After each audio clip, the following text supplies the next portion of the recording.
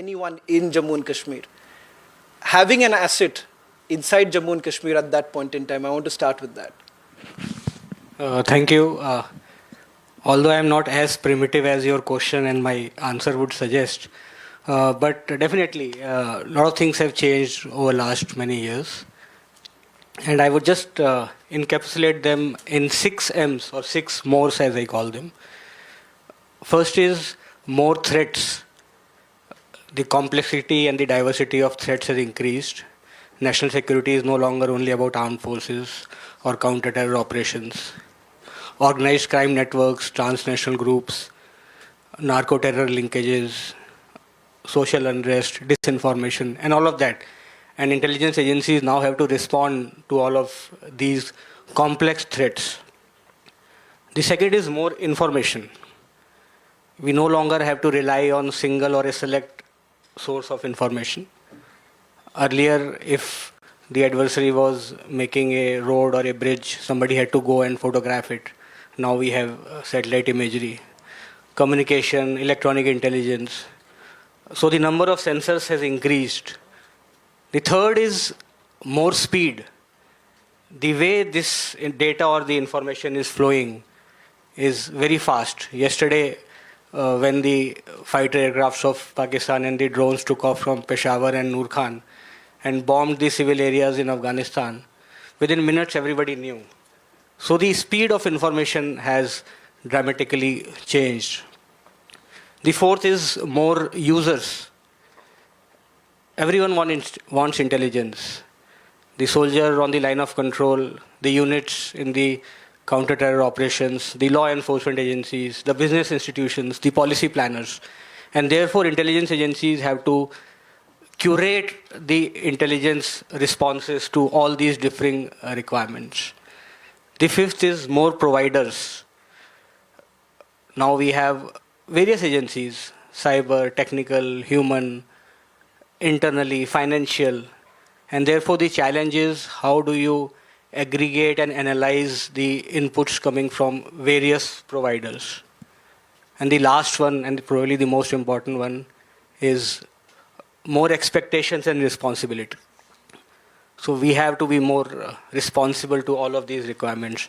So these 6 broad additions, 6 mores, are driven by one single fundamental factor, and that is the advent of technology, how it has transformed the way intelligence is seen. And obviously we have seen how the nature of warfare itself is changing, and the world of intelligence is not immune to these changes. Coming back to J&K, there was a time when the degree and the time of interaction with the source was paramount. There was a lot of physical interaction with the source. The individuals were in far-flung areas, they had to physically reach out to you. So that has changed. Now means of communication are much faster. Now we are scanning social media accounts, online activities for potential recruits, for potential suspects. So fundamentally, I think the way intelligence agencies operate, that has changed a lot in last few years. But what agencies have to do is to embrace this change and evolve new methods, new principles, and a new mindset. The point about you could not trust anybody in J&K, I am not very comfortable with this particular statement, because the success that we have had over last so many years would not have come to security forces if it was not for those large segment of individuals who worked for us and gave us that information which gave us success. So trust, I think it's a very very nebulous, very two-way street, and there are enough people in J&K whom you can trust. I was talking about the time that you actually started, when it must have been quite difficult. I want to share this with everyone present here.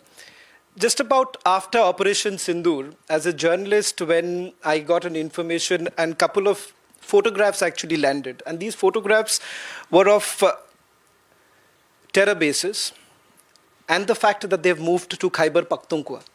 In fact, it went to such an extent that there were pictures of Jaish and Lashkar-e-Toiba bases moved, videos that had come out. I often wondered, have we reached to such an extent now we have actually pictures of the terror bases, in fact, just outside. I had a video landing on my phone of the Lashkar-e-Toiba, Jaish videos of their bases in Khyber Pakhtunkhwa, showing the transition that's actually taking place, moving away from POK. How have we really changed? Human intelligence, SIGINT completely changing. The dynamics of it both really changing. So yes, as I mentioned earlier, the fundamentals of intelligence have changed. The capabilities have become much more enhanced. I won't like to go into what are those capabilities, do we have the pictures and specifics of that. But the fact of the matter is that intelligence agencies continuously try to get the best information, have an information advantage, and that is a task that is to be done on a routinely basis. The capabilities, certainly because of various technologies, as I mentioned, communication, satellite imagery, electronic, and all of these, they have changed. But to me, the human interaction and engagement, it remains the basic skill set of an intelligence operator. So the basic traits for which individuals provide information, ideology, compromise, revenge, ego, incentive, money. So those basic traits are not going to change, and it is for the intelligence operatives to see as to how best they can exploit these basic human traits. You have with our neighbors in the manner that they are carrying out their work, and particularly in today's time, there is an attempt that has been made to mislead us. When an intel input actually comes of that nature, and in today's time, especially with changing electronic warfare, how do you really trust any of these information that comes in? How do you really have an authentic intelligence input? What is it in the first place?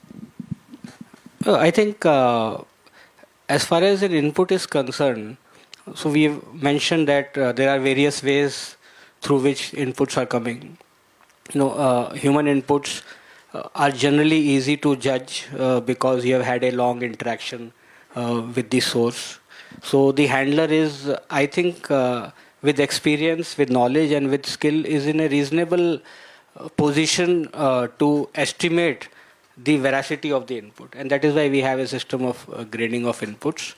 But what probably helps also now is that there are multiple other ways of checking on an input.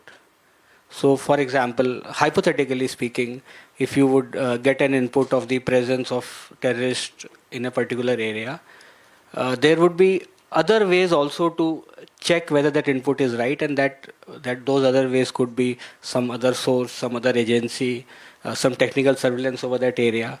So the ambiguity of an input has to be removed by the handler, and that is a part of the skill set that an intelligence operative needs to have, is not to blindly trust and report any input, analyze it at his own end, correlate, collate, and synthesize it with other inputs that are available, and then give a reasonably clear picture to the commander or to the hierarchy. Brigadier Tanwar, many a times when you have a Pahalgam, or starting from Kargil, almost everyone is quick to come to a conclusion saying that intel failure hai. Be it the media or anyone would come to the first thing, intel failure hai, without realizing the number of successes that you may have actually seen preventing a Kargil, preventing a Pahalgam. I want to ask you, intelligence failure, what does it mean for a military intelligence officer, and what goes through your mind when you're actually told every time, ye intel failure tha? Intel failure is the elephant in the room. And frankly, when without going into again the specifics, there may have been times when int agencies may have misread or misinterpreted or failed to detect certain indicators. But overall, I think intelligence failure is a very convenient and a very reflexive response to any action. When we look at intelligence failure, and I just want to break it down for you and the audience. There could be 4 parts of an intelligence failure. First is intelligence to collect or acquire information when the agencies do not actually get any input. Second is intelligence failure to share the intelligence. Like in Pearl Harbor, the US naval ships were intercepting the communication of the Japanese, but it was not shared. The third is the failure to analyze. When there are certain indicators, when you fail to join the dots and you fail to present a cogent picture. And the fourth is the failure to act. When the user or when the responder does not have enough trust in the input or does not take the input seriously. So, intelligence failure is a very complex term and it's got many stakeholders. And it is very easy to actually brandish this term. But notwithstanding that, I think the intelligence agencies have to carry the burden of proof, and they have to ensure that they are ahead of the curve, and they don't take their eyes off the ball. When you fail, what happens? When you fail and when you actually, you're essentially told, because you will be behind the scenes all your time. Even if you have a success, you will not be, perhaps, no one is going to come and pat your back by saying that great job. No, I don't agree to that. I think there is enough motivation and encouragement for the agencies in wherever they are. But obviously, failures can happen. I mean, nobody is infallible. As an intelligence professional myself, there have been times when I felt that I should have known a thing better. And there is no shame in admitting that the failures may happen. It would happen. But one has to learn from that failure and ensure that it doesn't happen again. Unfortunately, the cost of the failures of intelligence is quite high. And therefore, I think it is a collective responsibility as well. And I don't, patting the back, the intelligence professionals, they have to live with the fact that they will stay unsung, unheard, and probably unheralded. I want to ask you this because from my experience of covering the Ukraine war at the beginning of it, what we essentially witnessed was this. When the Russians started coming in, you've had families pulling out their phone, capturing a video, and there was an application that was created by the Ukrainian government, and you could immediately upload it, and you were basically part of that entire intelligence community or the system. For us, for the longest time, the image of an intelligence officer is that of a James Bond. How does the intelligence officer really look like, and how can we really blend this? Someone, you and I, anyone in this room, I and you, anyone can be an intelligence officer. Is that a possibility? So yeah, I think Sir has answered that, but this common perception is that of a James Bond, guns, gadgets, glamour. But I would like you to draw attention towards George Smiley, another iconic fictional character, the spy who came in from the cold, tinker, tailor, soldier spy. Unassuming, subdued, unflamboyant. And personally, I think we need more George Smileys than James Bonds. I just want to end this. You've written extensively about a lot of stories, and I don't know whether to believe that these are real stories or not. He's written a book called Mukhbir. I want to just ask you this. Any real stories that you can share, perhaps, now that it is out in open and everyone wants to hear a spy story from a spy man? No, this book, Mukhbir, is a collection of 17 short stories, all based in J&K. And this is an honest portrayal of the relationship between the security forces and the people of Jammu and Kashmir. Because I personally believe that, as I mentioned earlier, that the success that we have got over the years is because of Mukhbirs, the informers, and the support of a large segment of the people of Jammu and Kashmir.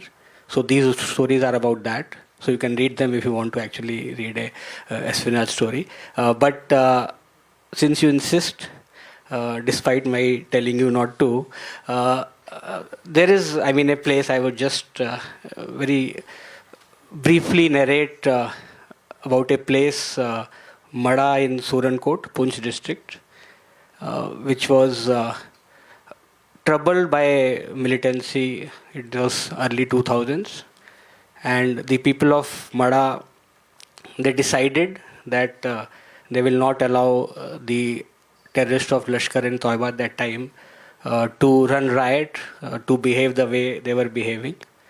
And they themselves, on their own, we have heard of Ikhwanis in Kashmir Valley, but in Punch region, this group of very brave, very valiant people, they collaborated with people like us, the intelligence units, the security forces, and ensured that their area became clear of militancy. Op Sarfinash, a lot of people would have heard. A singular achievement of local people who decided that terrorism cannot stay in their land.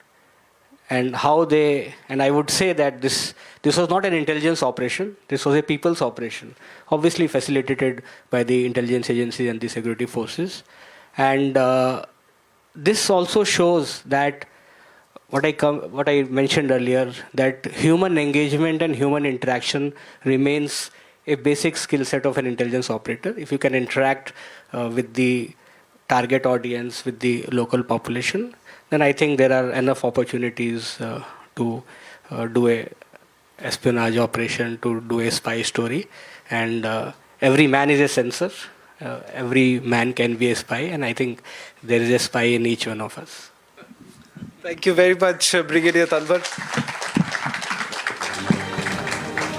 Thank you for that, Sean. I'd request you and Brigadier Tanwar to please stay on stage as we'd like to felicitate